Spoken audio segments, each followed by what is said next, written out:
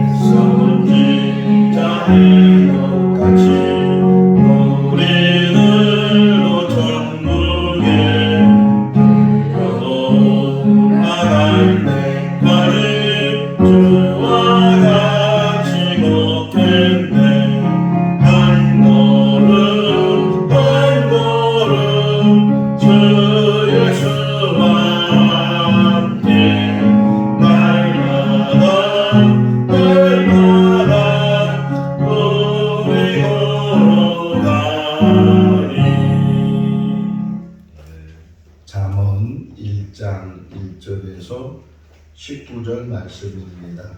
구약성경 911쪽 잠언 1장 1절에서 19절 말씀. 다윗의 아들 이스라엘 왕 솔로몬의 잠언이라. 이는 지혜와 훈계를 알게 하며 명철의 말씀을 깨닫게 하며 지혜롭게 공의롭게 정의롭게 정직하게 행할 일에 대하여 훈계를 받게 하며 어리석은 자를 슬기롭게 하며 젊은 자에게 지식과 근실함을 주게 할 것이니 지혜 있는 자는 듣고 학식이 더할 것이요 명철한 자는 지략을 얻을 것이라. 잠언과 비유와 지혜 있는 자의 말과 그 오묘한 말을 깨달으리라. 여호와를 경외하는 것이 지식의 근본이거늘 미련한 자는 지혜와 훈계를 멸시하느니라. 내 아들아 내 나비의 훈계를 들으며 내 어미의 법을 떠나지 말라. 이는 내 머리에 아름다운 관이요 내 목에 금사슬이니라. 내 아들아 악한 자가 너를 뗄지라도 따르지 말라. 그들이 내게 말하기를 우리와 함께 가자. 우리가 가만히 엎드렸다가 사람의 피를 흘리자.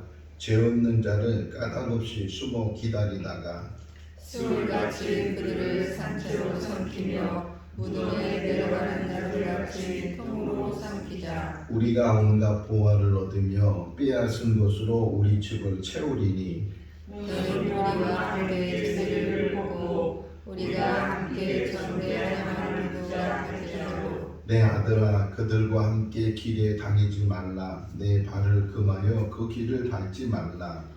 그저 그 발은 악으로 달려가며 피를 흘리는 데 따르느니라. 새가 보는 데서 그물을 치면 헛일이겠거늘 그들이 가만히 엎드리면 자기의 피를 흘릴 뿐이요 숨어 기다림은 자기의 생명을 해할 뿐이니 같이요. 이익을 탐하는 모든 자의 자기의 생명을 잃게 하느니라. 아멘. 할렐루야. 아멘. 오늘부터 잠언의 말씀을 묵상하는데 매일매일 묵상하는 말씀이 우리 개인에게 주시는 말씀이 되고 깨닫는 그런 말씀이 될 수 있기를 바랍니다. 20세기 들어서 지식사회라고 이야기를 하기 시작합니다. 지식이 사회를 이끌어간다네. 아니나다를까 많은 지식을 통해서 또 많은 문명이 또 많은 과학적인 발명들이 만들어지게 되고 지금 우리가 이렇게 윤택하게 사는 이유 중에 하나도 그 지식으로 인해서 만들어지는 그런 것들 통해서 이렇게 살고 있는데 물론 지식은 꼭 필요할 때가 있지만 또 더불어서 우리가 알아야 되는 것은 지식과 더불어 지혜가 있어야 된다. 지식은 많은데 지혜가 없으면 그 지식은 무용지물이 될 수 있고 또는 해악이 될 수도 있다. 많은 지식을 가지고 있는 것은 좋은 일이지만 그 지식을 잘 다룰 수 있는 것이 지혜인데 먼저 얘기하면 이 지혜는 하나님의 선물이기도 하다.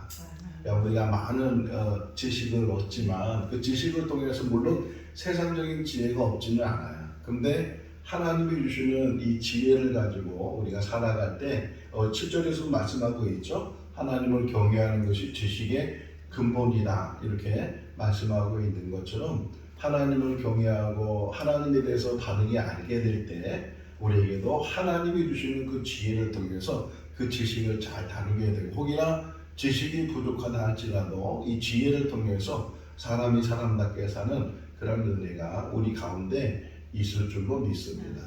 1절에 보면 이 잠언을 쓴 사람이 누구냐 이렇게 설명되어 있죠. 솔로몬이다 이렇게 설명하는데 근데 그 솔로몬을 설명해 주기를 다윗의 아들 이렇게 설명하죠. 이전부터 우리가 우리 한 사람은 어떤 사람을 소개할 때 누구의 아들 아무개 이렇게 소개를 하잖아요. 두 가지 의미를 가지고 있다는 거예요. 하나는 그 아들이 아버지의 이름을 욕되게 해서는 안 된다 하는 것을 이제 의미하고 있고 또 하나는 그 아버지가 자기 인생 속에서 아들에게 자손들에게 부끄럽지 않는 삶을 살아야 된다 하는 그런 의미도 가지고 있어요.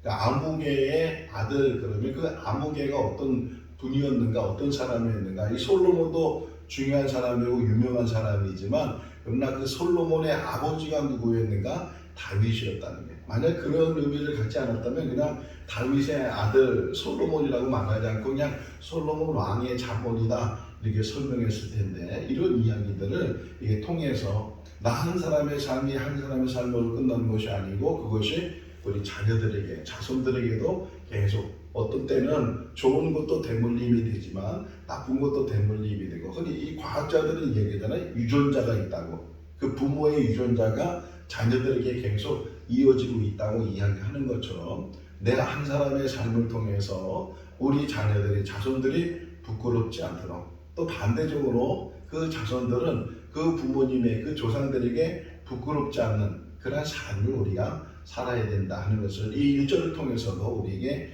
가르쳐 주고 있고 2절이 중요해요. 2절 한번 읽어볼까요? 이는 지혜와 훈계를 알게 하고 명철의 말씀을 깨닫게 하라. 여기요 지혜라는 게 뭐냐 하는 것을 우리에게 또 가르쳐 줄 뿐만 아니라 또 하나가 나오는 단어가 뭐냐면 훈계라는 게 훈계. 이 훈계를 받지 않으면 지혜를 얻을 수 없다는 거예요. 지혜를 얻을 수 있는 방법이 뭐냐? 훈계를 통해서 때로는 내일 새벽에 월요일 새벽에 볼 말씀 중에 나오는 단어가 책망이란 단어가 나오는데 이 훈계와 책망을 잘 받아들이지 못하게 되면 올바른 지혜를 얻을 수 없다는 거예요. 지금 우리 뉴스를 보게 되면 23살 초등교사가 극단적인 선택을 했다. 그래서 계속 지금 뉴스에 이게 이야기가 되고 있고 또 초등학교 6학년 아이가 교사를 때려서 3주 이상의 상처를 입혀가지고서 지금 정신과 치료를 받고 있다. 그런 뉴스를 접하는 것을 보면서 이 학교의 문제가 얼마나 지금 심각한가 하는 것을 알 수가 있어요. 물론 체벌이라는 것은 아이들한테 함부로 할 수 없는 일이지만 지금 학교가 만들어진 어떤 그 문제 중에 하나가 뭐냐면 너무 아이들을 과보시켰다는 거예요. 그러다 보니까 요즘은 어떤 조례가 있냐면 아이들끼리 싸워요. 그래서 선생님이 그걸 말렸어요. 그리고 한 아이 때리려고 한 아이 손을 붙들었는데 이게 또 그 아이의 손을 붙들었다고 이게 체벌의 문제가 돼가지고서 신고를 한다는 거예요. 그러니까 아이들 싸울 때 싸움도 말리지 못할 정도로 교권을 다 무너뜨려 버렸어요.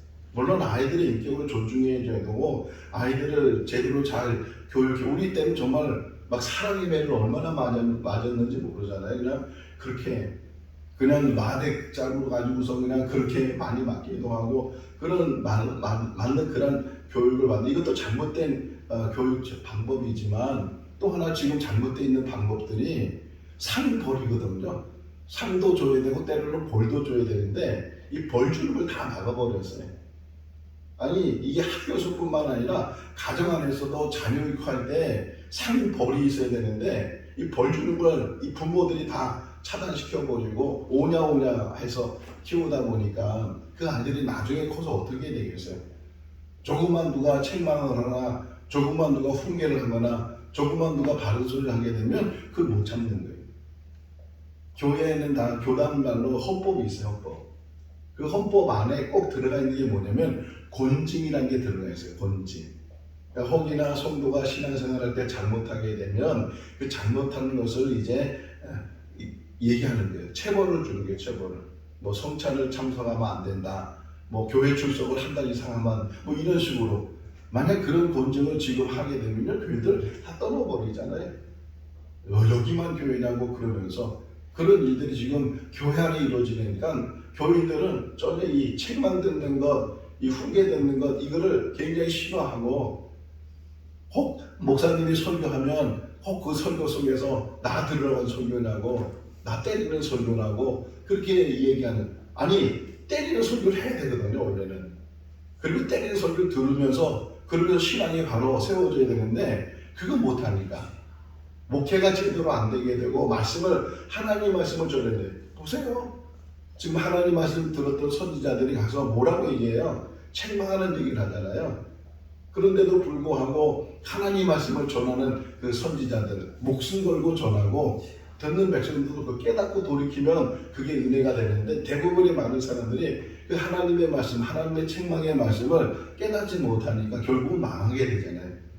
하나님은 죽이려고 하시는 분이 아니고 살리려고 하시는 분이고 부모가 자녀를 교육하게 될 때, 체벌하게 될 때 그 체벌은 그냥 기분대로 체벌하는 것이 아니고 그 자녀가 바른 길로 가도록 목회도 마찬가지고 성도가 잘못할 때는 바른 길로 가도록 주기철 목사님 이야기를 들어보면 예화가 하나 있어요.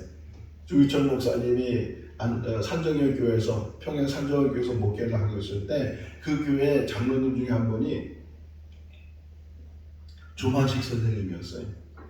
주기철 목사님은 조만식 선생님한테 배운 학생이었어요.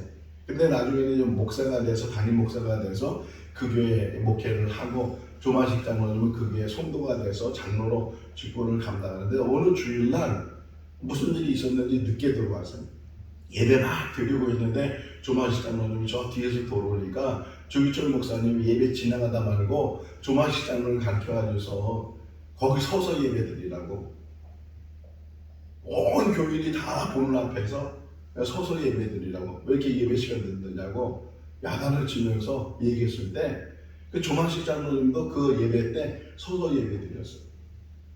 그게 하나의 일환데 그렇게 목회를 해서 잘못한 것이 있으면 조금이라도 또 이 장로의 직분을 가진 사람이 본이 돼야 되는데 본이 되지 못한 물론 급한 일이 있었을 거고 부득이한 일이 있었을 거고 뭐 주목사님도 잘 그것은 왜 그렇게 늦었는지 잘 모르지만 그래도 그 작은 부분에서 제대로 교육해야 그래야 교인들도 다 각성을 하게 되고 아 예배 때는 늦어서는 안 되는구나 예배를 귀하게 여겨야 될 어떤 사건이 있어도 예배만큼 우리가 잘 준비를 해야 되는구나 하는 것들을 깨닫게 되고 각성하게 되고 다시금 마음을 다잡게 되는데 그런 게 전혀 없잖아요. 이제는 비유 맞춰야 되고 듣기 좋은 말 해야 되고 훈계하는 게 없어요.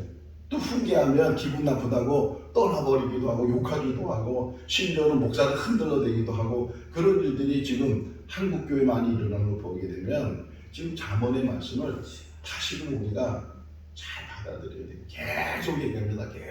계속 훈계하고 계속 책망하고 계속 지금 바른 길로 가야 된다면서 계속 얘기해 주는데 귀에 거슬린다는 게, 자기 기분에 거슬린다는 게, 기분 나쁘다는 게, 그러니까 이 하나님 말씀을 제대로 듣지도 못하고 좋은 것만, 우리가 애들 이제 반찬 줄 때 그 애들 좋은 것만 먹으면 어떻게 돼요?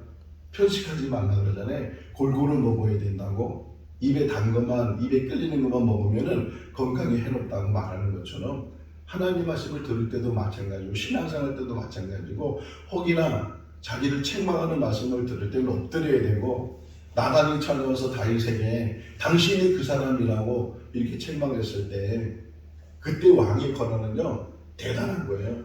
나단을 죽일 수도 있고, 그런데 뭐 우리야도 죽였는데 나단 못 죽이겠어요? 그런데 다윗이 꼬꾸라지게 되고 하나님 앞에 자복하고 돌이키게 됐을 때 그가 성군이 되고, 이 지금 다윗의 아들 솔로몬 이렇게 표현하고 있는 것처럼 혹 우리가 생거진절교 안에서 신앙생활 때 이런 마음을 가지고 있어야 돼. 목사님이 어떤 말씀을 하든 하나님의 말씀이다. 개인이 얘기한 감정적으로 얘기하는 것이 아니고 나 들으라는 말씀, 이건 정말 이거는 복이에요. 야, 저 말씀은 나 들으러 하는 말씀이야? 이거는요 그 사람에 대해서 주신 말씀이라면 이거는 하나님이 직접적으로 나에게 주시는 말씀이니까 이것처럼 큰 복이 어디 있겠어요. 그런데 이걸 거꾸로 해석을 하고 그러다 보니까 그런 마음으로 설교도 안 해요. 목회자들은 그런 마음으로 설교도 안 하지만 혹이나 그렇게 듣는 사람이 그렇게 들었다면 그것을 잘 받아들이고 하나님 앞에 자복하고 심지어는 금식하면서 회개하고 돌이킨다면 그게 복이 될 텐데, 그런 답답과 그런 마음이 없습니다. 그게 뭐가 없는 거예요?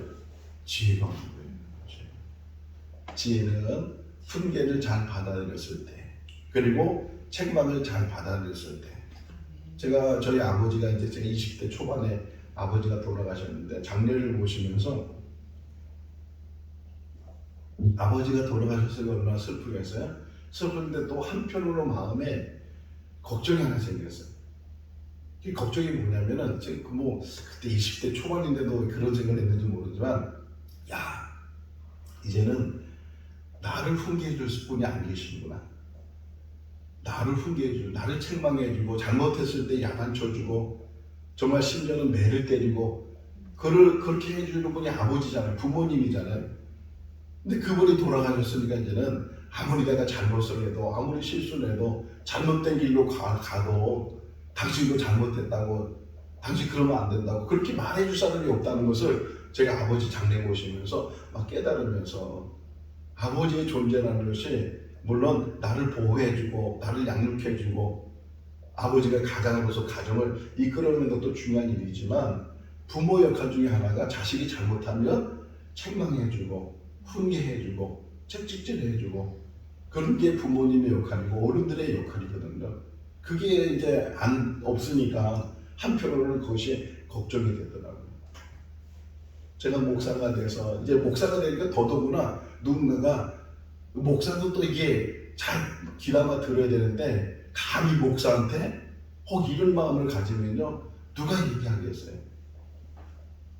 교인들도. 이게 또 하나 이제 나중에 이제 잠언 얘기다 보면 나오는데, 남한테 얘기할 때도 조심해서 얘기해야 돼. 물론 그 자기 눈에 있는 들보를 보지 못하고 남의 눈에 있는 이 티는 잘 보는 게 사람이거든요.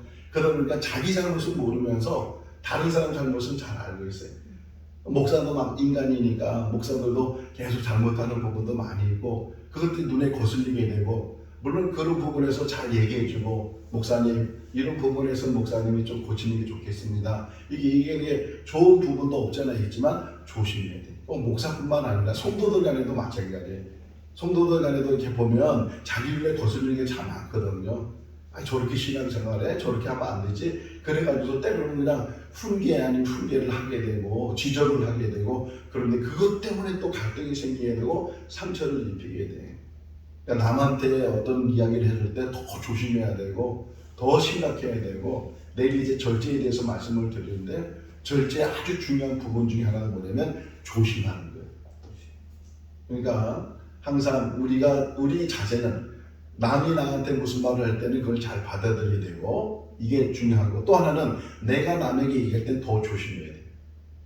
그럴 자격도 없다 하는 생각을 늘 가지면서 이야기해. 나는 그렇게 말할 자격도 없는 사람이야. 난 더한 사람이야. 이런 마음을 가지고 상대방을 보게 되면 그 상대방의 부족한 부분들, 상대방의 이제 지적해야 될 부분들이 오히려 자기 지적이 되고 그래서 바울이 말하잖아요. 비판하지 말라. 그 비판을 네가 맡게 된다. 이렇게 말하고 있는 것처럼 항상 이게 지혜. 함부로 말하지 말고 때로는 남이 나한테 이야기를 했을 때 혹이나 여러 가지 고쳐야 될 부분들이나 이런 이야기를 했을 때 잘 받아들이고 참 어렵죠? 이 아이러니하고 딜레마에 걸리는데 그럼에도 불구하고 그것을 잘 소화할 수 있는 사람. 그러니까 남이 나한테 무슨 얘기할 때는 잘 받아들여요.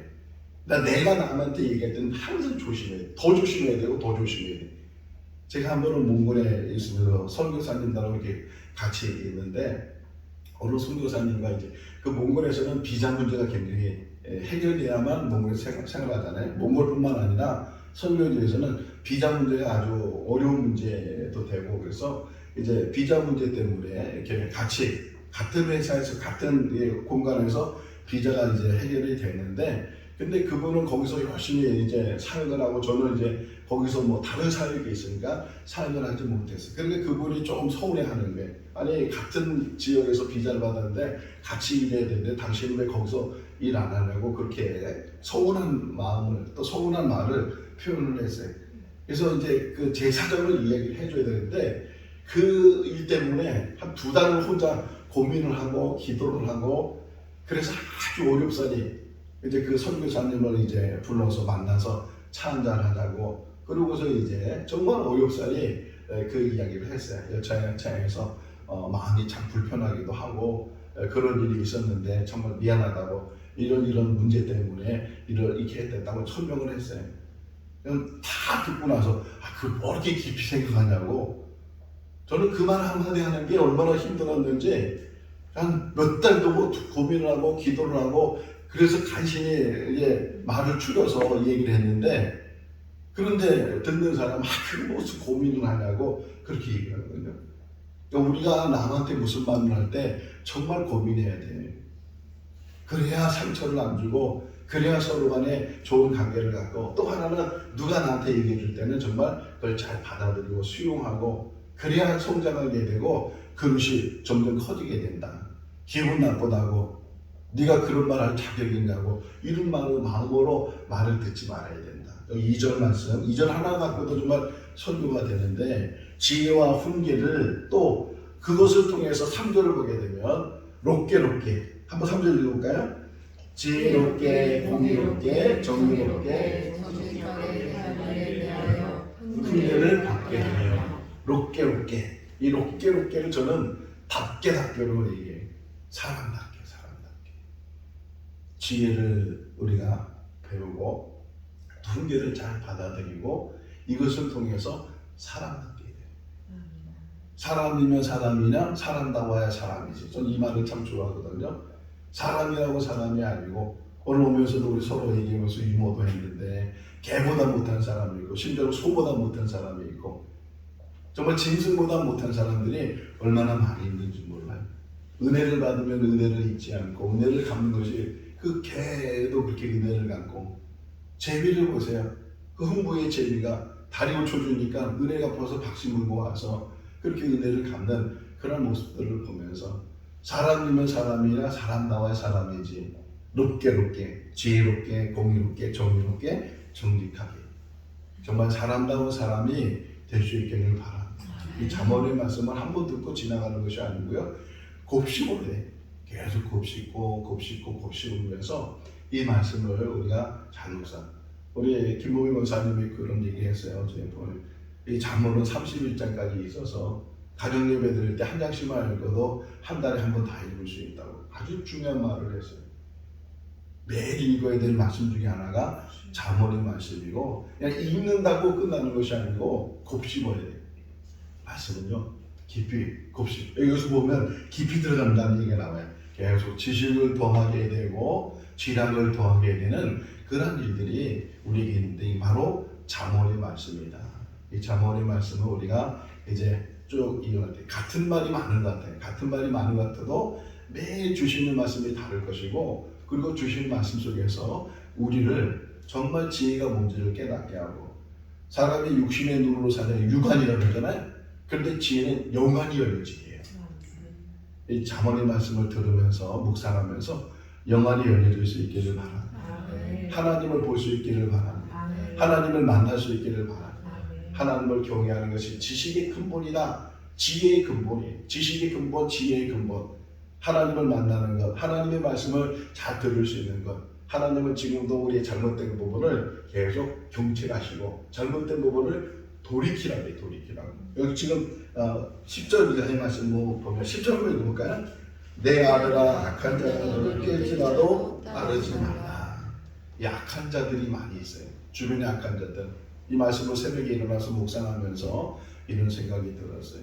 교도소, 왜 이름이 교도소예요? 옛날에 감옥 그랬는데 감옥은 가둬두는 곳이고 교도소는 그래도 그 안에서 뭔가 좀 교도를 시켜서 그래서 좀 새 사람이 되도록 만들어 주려고 그렇게 이름까지도 바꿨는데 실제로 이 나쁜 짓에서 들어간 사람들이요 거기 들어가서 또 더 나쁜 짓을 배우고 들어오면 되잖아요. 하나 더 배워서 기술을 하나 더 배워받으면서 심지어는 동업자를 만나는 거예요. 동업자 만나서 옛날에는 혼자 나쁜 짓 했는데 이제는 같이 나쁜 짓 하는 그런 동업자를 감옥동기라는 말도 우리가 듣게 되는데 그런 일들을 보면 우리가 누구를 만나는가 누구를 사귀는가 아주 중요해요. 내가 지금 만나는 사람이 어떤 사람인지 내가 만나서 내 삶이 어떤 삶을 살고 있는지 이런 것들을 잘 우리가 알아야 되고 악한 것들은요 자꾸만 꿰인다는 거예요. 하와가 선악과를 따먹었어요. 그래서 거기서 끝났으면 어떻게 될지 모르지만 그걸 더 남편한테 갖다 줘서 같이 죄를 짓게 하고 같이 불순종하게 하고 이게 사람의 모습이라는 거예요. 이 악한 자들이 꿰서 그래서 악한 일을 같이 하자는 거예요. 10절을 보세요. 남의 것을 빼앗아 13절 말씀 우리가 온갖 보화를 얻으며 빼앗은 것으로 우리 집을 채우자. 지금 이 사회를 살면서 얼마나 악한 자들이 많아요. 우리가 흔히 옆에서 보면 보이스피싱이라는 것 이런 것들을 통해서 정말 수십 년 동안 애써서 모은 돈을 그냥 하루아침에 그냥 그것을 빼앗아가는 그런 악한 자들이 얼마나 많이 있어요. 이런 일들이 지금 우리 사회 속에서 우리 삶상에서 일어나고 있어요. 약한 일에 대해서 도모하지도 말고 꾀함에 빠지지도 말고 같이 하지도 사귀지도 말라는 거예요. 사귀지도 말고 15절 말씀 읽어볼까요? 내 아들아 그들과 함께 길에 다니지 말라. 내 발을 금하여 그 길을 밟지 말라. 내가 누구를 만나야 되는지 어떤 사람을 만나야 되는지 정말 좋은 사람이면요 계속 멀리서도 만나야 돼. 멀리서도 만나야 되고 그와 가까이 가는 거야 돼. 애써야 돼. 근데 그런 사람 찾기는 또 때로는 어렵잖아요. 우리 생거진 전교 아내가 그런 사람들이 될 수 있기를 바랍니다. 더 보고 싶고 만나고 싶고 함께하고 싶고 정말 모이면 기도하고 모이면 정말 사랑을 나누고 교제하고 이런 관계 속에서 우리가 신앙생활을 한다면 이곳이 작은 천국이 될 것이고 이것이 우리 가정이 우리 교회가 내 삶의 모든 것들이 하나님의 은혜로 충만하게 될 줄로 믿습니다. 악을 버려야 돼. 작은 악에도 버리시고 그 악한 것을 다른 사람과 더불어서 도모하지 말아야 되고 결국은 다 드러난다는 게 다 드러나게 되고 결국은 그것으로 인해서 자기가 파감정에 자기가 빠지게 되고 자기가 만든 그릇 때문에 남의 생명을 해하려는 그가 그 생명이 18절이 그 말씀이거든요. 읽어볼까요? 그들이 가만히 엎드리면 자기의 피를 흘릴 뿐이요 숨어 기다림은 자기의 생명을 해할 뿐입니다. 그래서 결론적으로 뭐냐면 여기서 19절 말씀 보게 되면 이익이란 말은 불이익이에요.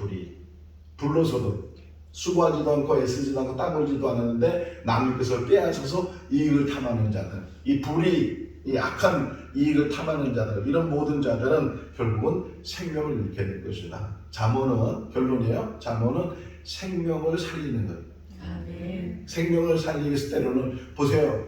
어떤 사람이 병이 걸렸어요. 그 병에서 도려내야 될 수술을 해야 돼요. 수술을 하면 살고 수술하지 않으면 죽어요. 그럼 어떻게 돼요? 수술을 해야 되잖아요. 도려내야 되잖아요. 잘라내야 되잖아요. 그것이 잠언이에요. 우리 부부에서 정말 생명을 살리는 일 때문에 때로는 책망이 있고 때로는 그 말씀 속에서 아픔을 주지만 그 아픔을 통해서 깨달으면 그 아픔을 통해서 지금 하나님 앞에 돌이키면 올바로 쓰면 내일 월요일 날도 그 말이 또 나와요. 돌이키라는 거예요. 돌이켜. 지금이라도 그 잘못된 것에서 돌이키기만 하면 살게 된다. 이 잠언의 말씀을 통해서 생명을 다시금 얻고 생명이 건강해지고 이 잠언을 통해서 삶이 윤택해지고 잠언을 통해서 사람답게 사는 우리의 삶이 될 수 있기를 주님의 이름으로 축원합니다. 아멘. 기도하겠습니다. 사랑이 많으신 하나님 아버지, 한 주간도 지켜주신 것 감사합니다. 생거진정교회 세워주신 것 감사합니다. 우리들을 불러주셔서 사랑의 공동체를 이루게 하신 것 감사합니다. 새벽에 또 우리에게 잠언의 말씀을 다시금 묵상합니다. 이 말씀이 우리 한 사람 한 생 주어지는 하나님의 음성으로 들려지게 하여 주시옵소서. 이 말씀을 통해서 우리 자신을 깨달을 수 있도록 우리가 얼마나 악한 자인지, 우리가 얼마나 추한 자인지, 우리가 얼마나 부끄러운 자인지, 우리가 얼마나 수치스러운 자인지를 깨닫는 거울이 되게 하여 주시옵소서. 우리는 남의 눈에 있는 티를 보면서 자기 눈에 있는 들보를 보지 못하는 어리석은 자입니다. 그 어리석음에서 벗어날 수 있도록 은혜를 베풀어 주시고 참 지혜가 무엇인지, 하늘의 지혜가 무엇인지, 하나님이 주시는 지혜의 선물이 무엇인지 깨닫게 하여 주셔서 사람답게 사는 우리의 삶이 되게 하여 주시옵소서. 생거 진정교회 모든 성도들, 자녀들, 가정들을 지켜주시고 어려운 모든 성도들에게 은혜를 베풀어 주시고 건강의 복을 주시고 근심 걱정 다 사라지게 하시고 평안을 주시고 자녀들이 잘 되는 복으로 덧입혀 주시옵소서. 오늘 주 안에서 복된 하루의 삶이 되게 하여 주시기를 간절히 바라옵고 우리를 권하신 예수님의 이름으로 기도하옵나이다. 아멘. 마쳤습니다. 자유롭게 기도하시기 바랍니다.